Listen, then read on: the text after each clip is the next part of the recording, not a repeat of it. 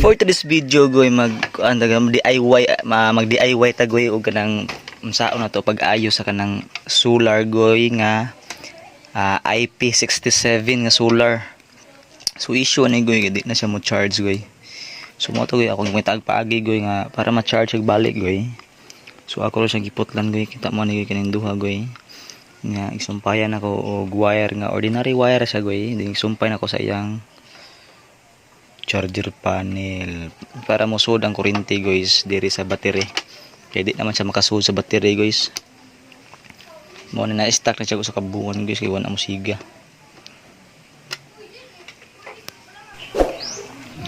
So ato aning soldahon guys ang iyahang charging panel para sure ball gid mosud ang kuryente guys.